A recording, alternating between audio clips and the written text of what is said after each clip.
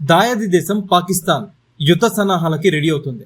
సైన్యానికి సెలవులు కూడా రద్దు చేసింది పాకిస్తాన్ ప్రభుత్వం. సరిహద్దు ప్రాంతాల్లో యుద్ధ విమానాలతో పాకిస్తాన్ ఆర్మీ సన్నద్ధమవుతుంది.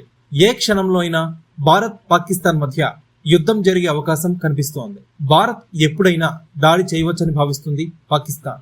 ఈ క్రమంలోనే Pakistan army chief general Asim Munir కుటుంబంతో సహా చాలా మంది ఆర్మీ అధికారులు తమ కుటుంబాలని విదేశాలకు పంపినట్టు వార్తలు వస్తున్నాయి. మీడియా వర్గాల సమాచారం ప్రకారం పాక్ ఆర్మీ అధికారులు తమ కుటుంబాలని ప్రైవేటు విమానాల ద్వారా బ్రిటన్, అమెరికాలకి పంపించారు.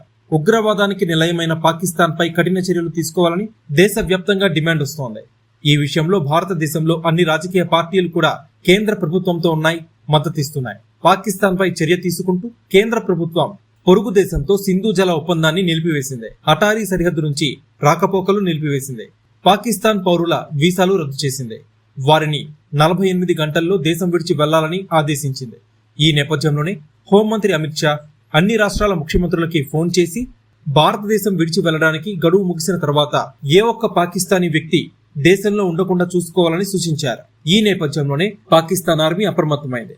ఒకవైపు మేకపోతు గాంభీర్యం ప్రదర్శిస్తూనే తమ వారిని సేఫ్ జోన్లకి పంపించేందుకు ఏర్పాట్లు చేస్తోంది. ఈ నేపథ్యంలోనే Pakistan army chief general Asim Munir కుటుంబంతో సహా చాలా మంది ఆర్మీ అధికారులు తమ కుటుంబాలకి విదేశాలకు పంపించేశారు. దీంతో భారత్ పాకిస్తాన్ మధ్య ఏ క్షణాన ఏం జరుగుతుందో అనే టెన్షన్ మొదలైంది.